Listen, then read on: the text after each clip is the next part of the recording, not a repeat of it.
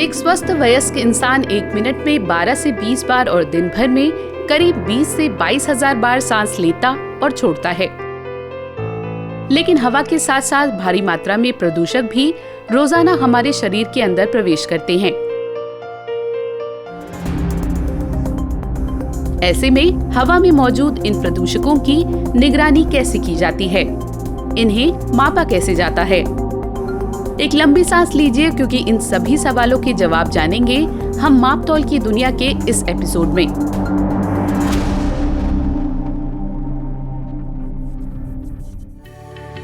पृथ्वी पर हम सभी काफी भाग्यशाली हैं, क्योंकि यहाँ वायु से भरा अनोखा वातावरण मौजूद है। वायु वातावरण में इंसुलेशन का काम करती है, जो पृथ्वी को बहुत गर्म या फिर ठंडा होने से बचाती है। वायु विभिन्न गैसों का मिला जुला रूप है, जिसमें ज्यादातर गैसें अलग अलग मात्रा में प्राकृतिक रूप से पाई जाती हैं। लेकिन वायु में केवल गैस ही नहीं, बल्कि वाष्प और छोटे छोटे ठोस कण भी एरोसोल्स यानी कि पार्टिकुलेट्स मैटर के रूप में मौजूद होती हैं।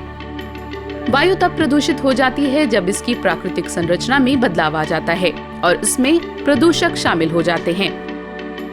संयुक्त राष्ट्र की एक रिपोर्ट के मुताबिक हर साल करीब 70 लाख लोगों की मौत वायु प्रदूषण के कारण होती है।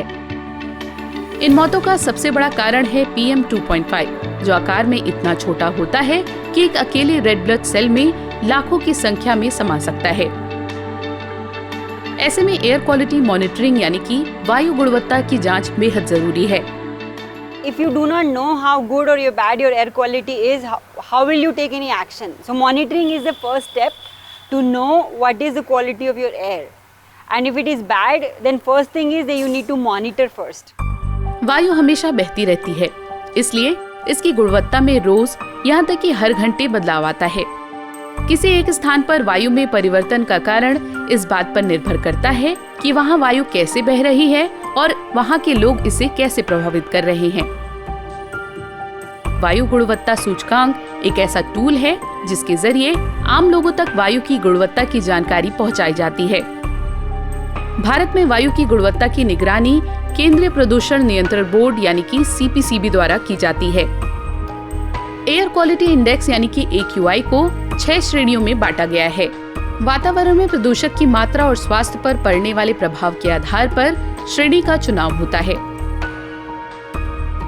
मुख्य रूप से 8 प्रदूषकों को चुना गया है, जिनकी अलग अलग स्थानों पर निगरानी कर डेटा तैयार किया जाता है और इनकी गणना कर AQI निकाला जाता है। एयर क्वालिटी मॉनिटरिंग टावर्स की सीमित संख्या को देखते हुए कम लागत वाले पोर्टेबल उपकरणों की मांग बढ़ी है। ऐसा ही उपकरण विकसित किया है डॉक्टर सरिता और उनकी टीम ने। ये एक ऐसा स्टार्टअप है जो विज्ञान और प्रौद्योगिकी विभाग से सहायता प्राप्त है। We made these small devices which are 1/100th the cost of the normal weather station is, and because of that you can deploy these solutions across India. Doctor Sarita और उनकी टीम ने सेंसर आधारित स्टैटिक और mobile उपकरण विकसित किए हैं। आइए इनके बारे में जानते हैं। इजियोटैग एक mobile air quality monitoring device है, जो रियल टाइम पर आसपास पे मौजूद PM 2.5 को मापता है। BLE यानी कि ब्लूटूथ लो एनर्जी द्वारा कार्य करने वाले इस उपकरण में तापमान और आर्द्रता की भी गणना की जा सकती है। आकार में छोटे इस उपकरण को आसानी से की चेन में फिट कर कहीं भी ले जाया जा सकता है और मोबाइल ऐप के जरिए अपने आसपास मौजूद पार्टिकुलेट मैटर के आंकड़ों को रिकॉर्ड किया जा सकता है। This is the device that we turn it on from here. We have a small button and we have this app running in the background. So this value that you are looking at, which is 53, this is the PM 2.5 level around inside this room right now. So this device helps in measuring that. Moving on, we also added feature on top of it, like you can record your session. So what exactly I mean by recording the session is that let's say I am sitting in the office right now and I am going to home. So I want to record that how much exposure I had during that journey, right? So this device, this app helps us in monitoring those values accordingly. इजियोमोटिव भी mobile air quality monitoring device है, जो पूरे शहर के प्रदूषण स्तर की जानकारी इकट्ठा करता है। जीपीएस युक्त इस डिवाइस को फिलहाल 13 बसों पर पायलट प्रोजेक्ट किया गया है, जो आगे जाकर 70 और 300 बसों पर लगाया जाएगा। ये तापमान के साथ साथ ह्यूमिडिटी यानी कि आर्द्रता को भी मापता है। For a city scale deployment, it is cheaper, and these actually enhance the value of this static monitoring which you do. How? Because these devices actually cross these static monitors, and all the people who use these IoT systems with low cost sensors have one problem: who can guarantee the accuracy of that? So what we are able to achieve is, while it is on the road, when it is crossing, we are able to always use that as a checkpoint to verify that value which is showing is actually true. So that way we are able to maintain on-field calibration and assurance that the data is accurate. घरों में मौजूद प्रदूषण बाहरी प्रदूषण से 10 गुना हानिकारक हो सकता है। शोध में ये बात सामने आई है कि कार्बन डाइऑक्साइड की बड़ी मात्रा हमारे मस्तिष्क और कार्य करने की क्षमता को प्रभावित करती है। इस बात का ध्यान रखते हुए CO2 मीटर विकसित किया गया है। ये एक स्टैटिक डिवाइस है जिसे घरों में मौजूद एसी पर स्थापित कर रियल टाइम पर PM 2.5, कार्बन डाइऑक्साइड, तापमान और आर्द्रता को मापा जा सकता है। हर घर में एयर कंडीशनर लगा होता है और कोई भी वेंटिलेशन नहीं होता, तो उस केस में क्या होता है, पॉल्यूशन तो हम डिक्रीज करते हैं बट CO2 इंक्रीज हो जाता है, तो उसके लिए हमें वेंटिलेशन होना चाहिए। सो वेंटिलेशन के लिए आप एसी में तो अभी नहीं है अवेलेबल कि बाहर की एयर ले सकें। सो उसके लिए क्या करना होता है कि ये वेंटिलेशन आप लगा सकते हो मॉनिटर करते टाइम, कि अगर मेरा 600 हुआ तो आप वेंटिलेशन कर सकते हो, एंड वो अगर एयर प्योरीफायर के थ्रू आए, एयर जो बाहर की है, तो वो और ज़्यादा बेटर होती है। तो उस चीज़ को स्टडी करने के लिए ये मॉनिटर बना है। इजियोस्टैट द्वारा घर या दफ्तर के अंदर और बाहर के प्रदूषण स्तर को मापा जा सकता है। ये खास तौर पर PM 2.5 कणों को मापता है। ये तापमान, आर्द्रता, प्रेशर और CO2 के स्तर को भी बताता है। तो इसमें हमने एक डिवाइस हमारा जो हम डेस्क में या ऑफिस में कहीं बैठे हुए हैं वहाँ पे इंस्टॉल होता है, और एक डिवाइस हमारा ये है वो हमारा आउटडोर में इंस्टॉल होता है। तो जैसे हमारा आप स्क्रीन पे देख सकते हैं कि इंडोर और आउटडोर में ये डिफरेंस बताता है कि कितना है। इजियोपोर्ट भी एक स्टैटिक डिवाइस है। ये भी PM 2.5, आर्द्रता और तापमान को मापता है। इसे IIT दिल्ली कैंपस के अलग अलग 17 स्थानों पर स्थापित किया गया है।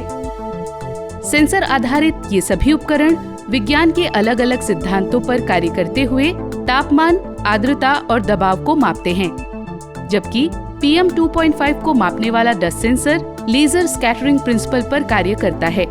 कैसे? आइए इसको समझते हैं। ये एक डस्ट सेंसर है जिसमें इनलेट से हवा सेंसर के अंदर प्रवेश करती है और PCB के नीचे होते हुए छोटे छोटे छिद्रों से होते हुए ऊपर स्थित फोटो सेंसर के ऊपर से गुजरती है। यहाँ पर एक लेजर बीम केंद्रित होती है, इसलिए जैसे ही हवा में मौजूद डस्ट यानी कि धूल लेजर बीम से गुजरती है, ये फोटो सेंसर के ऊपर एक स्कैटरिंग पैटर्न बनाती है। मशीन लर्निंग एल्गोरिदम के जरिए सेंसर प्रदूषक और इसके कंसंट्रेशन का पता लगा लेता है। आइए अब समझते हैं कि कैसे इंजीनियर्स की टीम इन उपकरणों के मुख्य कंपोनेंट्स को विकसित कर फाइनल प्रोडक्ट तैयार करती है। PCB यानी कि प्रिंटेड सर्किट बोर्ड पर सभी सेंसर स्थापित किए जाते हैं, जिसे बनाने की प्रक्रिया मुख्य रूप से 3 चरणों में पूरी होती है: प्रोटोटाइप, प्रिंट और मैन्युफैक्चर। PCB में विशेष FR4 पदार्थ का उपयोग किया जाता है जो तांबे से बना होता है। PCB प्रोटोटाइप डिजाइन होने के बाद इसे PVC यानी कि पॉलीविनाइल क्लोराइड से बनी शीट पर प्रिंट कर विनाइल कटर से काटा जाता है और आखिरी चरण में PCB को बाहर मैन्युफैक्चरिंग के लिए भेजा जाता है। उपकरण के अंदर जितने भी सेंसर लगाए जाते हैं उनके लिए कंप्यूटर प्रोग्राम तैयार किए जाते हैं। वहीं माइक्रो कंट्रोलर सेंसर से डेटा इकट्ठा करते हैं। इस डेटा को कंप्यूटर पर देखने के लिए कोडिंग की जाती है। जिस एनक्लोजर या चैम्बर के अंदर उपकरण के सभी एलिमेंट लगाए जाते हैं उसे विशेष रूप से 3D तकनीक द्वारा विकसित किया जाता है। डिजाइनिंग के दौरान इस बात का खास ध्यान रखा जाता है कि ह्यूमिडिटी यानी कि आर्द्रता और तापमान के कारण एनक्लोजर के अंदर लगे सभी एलिमेंट एक दूसरे के काम में बाधा ना उत्पन्न करें। Because of the presence of PCB heating, it causes the vacuum and there is a precipitation over there and temperature influence which causes the other neighboring sensors disturbance. So in order to consider all these parameters, we design the placement of each sensor, where it has to be placed, and along with that we also design how beautiful it should look as a product. So the development of whole product as it should work fundamentally, along with not just the fundamental nature but also aesthetic look is also considered. Software और hardware elements के production के बाद इसकी assembly की जाती है। इस दौरान इलेक्ट्रोस्टैटिक डिस्चार्ज का खास ध्यान रखा जाता है, क्योंकि इसके कारण सेंसर्स के खराब होने का खतरा बढ़ जाता है। इसके बाद डिवाइस की फाइनल टेस्टिंग की जाती है। वायु गुणवत्ता जांच करने वाले इन सभी उपकरणों से तैयार डेटा द्वारा वायु प्रदूषकों के स्तर को जांचने में मदद मिलती है। छोटे और कम लागत वाले ये उपकरण बड़े और खर्चीले टावर से ज्यादा उपयोगी साबित हो सकते हैं, क्योंकि हानिकारक PM 2.5 का स्तर हर 100 मीटर पर बदलता रहता है। ऐसे में ज्यादा संख्या में इस्तेमाल मिलाकर इन वायु गुणवत्ता उपकरणों द्वारा ज्यादा सटीकता से PM 2.5 के साथ साथ अन्य प्रदूषकों को भी मापा जा सकता है।